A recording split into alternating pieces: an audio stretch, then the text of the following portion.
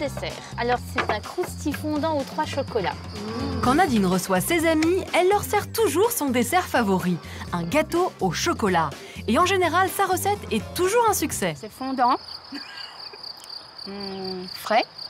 Le petit croustillon au milieu est trop bon. Comme d'habitude. Le gâteau au chocolat, c'est la grande spécialité de Nadine. Elle en est tellement fan qu'il y a 2 ans, elle s'est donné une mission, trouver la recette de ses rêves. J'ai organisé un concours sur mon blog pour trouver le meilleur gâteau au chocolat du monde. Et j'ai obtenu ainsi plus de 200 recettes de gâteaux au chocolat que j'ai testées, goûtées, cuisinées et savourées. Avec ses 200 recettes, Nadine est devenue une véritable encyclopédie du gâteau au chocolat. Alors voilà, j'ai mis toutes les recettes sur mon blog. J'ai eu des recettes très originales. J'ai reçu des recettes avec du lait concentré, j'ai reçu des recettes avec de la ricotta. Mais pour Nadine, rien de meilleur que les grands classiques. Mes préférés, ce sont ceux-là. Un coulant, un fondant et un moelleux, avec mon petit chouchou, le coulant au chocolat. Le gâteau au chocolat, c'est le dessert favori des Français. Fondant, moelleux, mi-cuit, il y a presque autant de recettes que de mamans. Mais y en a-t-il une qui mettrait tout le monde d'accord? Pour s'en assurer, Nadine organise à nouveau un concours du meilleur gâteau au chocolat, mais cette fois-ci avec 2 amies, Dalila et Laurence. Ces mamans vont devoir préparer leur recette fétiche et la faire goûter au plus impitoyable des jurys, leurs enfants. Alors, qui va être sacrée reine du gâteau au chocolat? Nadine met toutes les chances de son côté et prépare le fameux coulant qui a remporté le concours sur son blog. Ce qu'il a de particulier, ce gâteau, c'est qu'il a un cœur coulant et le cœur qui coule, c'est irrésistible. De quoi faire frémir ses concurrentes. Pour ce gâteau, Nadine utilise 120 g de chocolat noir, 35 g de beurre, 80 g de sucre, 3 œufs et un peu de farine. C'est parti pour la recette.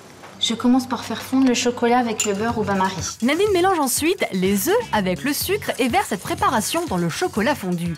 Cette recette est très rapide à faire, pas besoin de monter les blancs en neige. Et pour rendre son gâteau encore plus savoureux, Nadine a une petite astuce, elle ajoute toujours une pincée de sel. En fait, le sel, ça rehausse le goût du chocolat. Après, à la place de la pincée de sel, on peut prendre du beurre demi-sel aussi, c'est parfait pour ce gâteau. Autre astuce de Nadine, bien choisir son moule à gâteau.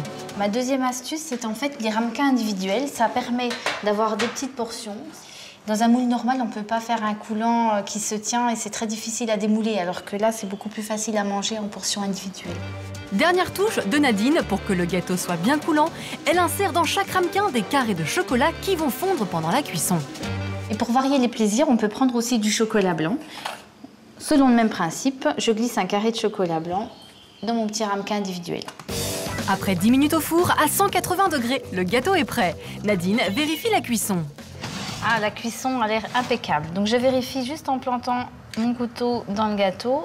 Sur les côtés, il ressort sec. Et au milieu, il est coulant. Et là, je pense que ça va déchirer. Mais Nadine va-t-elle conquérir le jury avec ses coulants? Allons voir maintenant ce qu'il se trame dans la cuisine de la deuxième concurrente. Bonjour, je m'appelle Dalila et je fais des super gâteaux au chocolat.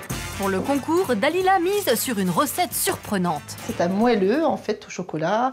Les enfants raffolent parce qu'en fait à l'intérieur il va y avoir quelque chose de magique que tout le monde aime, même les grands enfants, et ça va être de la guimauve. L'ingrédient star de son gâteau, ce sont ses petits nounours en guimauve. Ça caramélise mon moelleux au chocolat et ça fait fondre dans la bouche. C'est parti pour la recette. Dalila fait fondre le chocolat et le mélange avec le sucre, la farine et les jaunes d'œufs. Elle ajoute ensuite les blancs montés en neige. Et maintenant place à son ingrédient magique, les fameux nounours. Alors je coupe en fait mes nounours en guimauve en dés, de façon à ce que ce soit homogène dans ma préparation. Dalila mélange le tout et glisse ensuite son gâteau dans le four à 180 degrés. 30 minutes plus tard, c'est prêt. Verdict? Je pense qu'il va vraiment plaire pour le concours et en fait là, c'est ce qu'on voit, les petits carrés de nounours à la guimauve caramélisés. Ah, je suis fière de moi là. Dalila part confiante, mais il reste une troisième concurrente pleine d'imagination. Bonjour, bienvenue. Laurence est une adepte des recettes innovantes. Elle est prête à aller très loin. Alors pour le concours, je vais faire un gâteau au chocolat et à la courgette. Un gâteau au chocolat et à la courgette. N'est-ce pas un peu risqué pour le concours? C'est vrai que c'est un peu surprenant comme recette, mais généralement les gens qui ont goûté ce gâteau me demandent la recette avant de repartir. En effet, la courgette rend le gâteau plus moelleux. Laurence est sûre de son coup. Ah bah je pense que je vais gagner moi avec cette recette. Laurence commence par râper la courgette.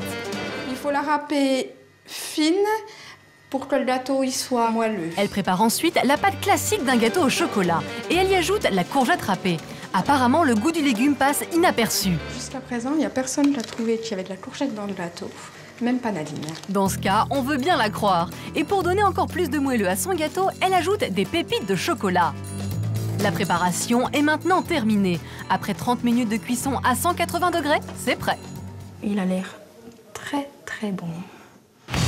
Coulant, moelleux à la guimauve, gâteau au chocolat courgette, quelle recette va remporter le concours? Moi, je suis certaine que je vais gagner. Je suis certaine. Avec mes guimauves, là, je suis certaine. De toute façon, c'est les enfants qui vont décider, donc on verra bien ce qu'ils vont choisir. Le jury va enfin découvrir les gâteaux des 3 mamans. Voilà les gâteaux. C'est l'heure de la dégustation. Quelle recette le jury va-t-il préférer? On va bander les yeux pour que tu goûtes le gâteau sans le voir, d'accord? Les enfants commencent par goûter le gâteau chocolat courgette de Laurence. Il est moelleux, il est chocolaté, mais pas trop. Personne n'a décelé la courgette. C'est au tour du coulant de Nadine. Il est un peu plus fondant.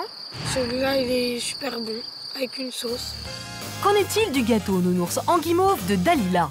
Il a un peu le même goût que le premier. Il a un petit côté croquant, mais toujours, il reste toujours moelleux. C'est le moment de voter pour son gâteau préféré. Moi, je veux le premier. C'est là. La compétition est serrée. 2 gâteaux terminent ex aequo. C'est Nadine qui annonce les résultats. Alors, ceux qui ont gagné, c'est celui de Laurence et le mien. Désolée, Dalila. Ouais, j'ai gagné! Mais non, t'as perdu!